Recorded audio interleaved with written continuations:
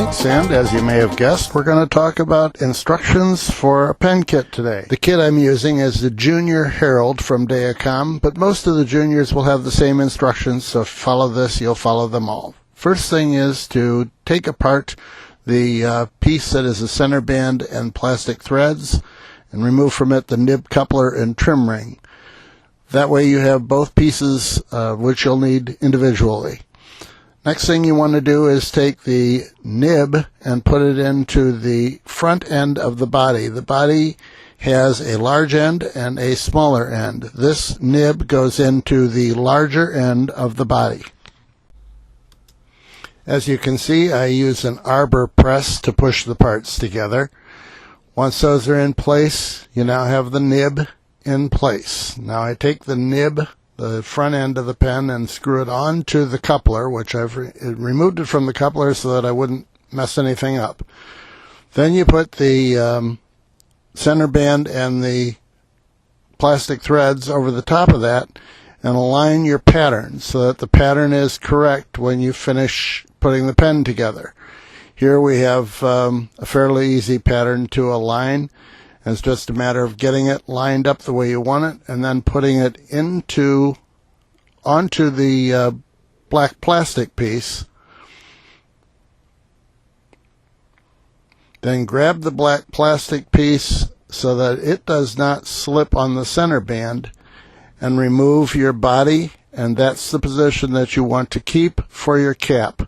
So you are now pushing down the cap piece and onto the center band piece. Don't push that all the way home because sometimes there's some black plastic that gets stuck in there. You want to make sure that you clean that out before you put the thing down completely. So I did do that. It wasn't obvious, but that was what I was doing. Now the other side of the pen, you have the finial. You can take the cap and put it onto the finial piece and try to make sure that it's going to look decent. You're never going to match the pattern because the match is at the other end, but this way at least when you tighten it to write with it, it looks like you made some effort at planning it. Again, when you're pushing the pieces together, I take off the two ends and push just on the couplers. If you have anything that has threads on it that you're concerned about, you can drill a hole. As you can see, I have a Corian base there on my arbor press.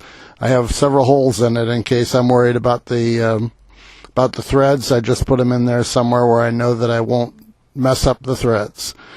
Then you put the refill in. In this case, there's already a spring in the finial half, so you don't have to worry about the spring. It's already in there. Now you have the top half. The cap has already got the center band on it.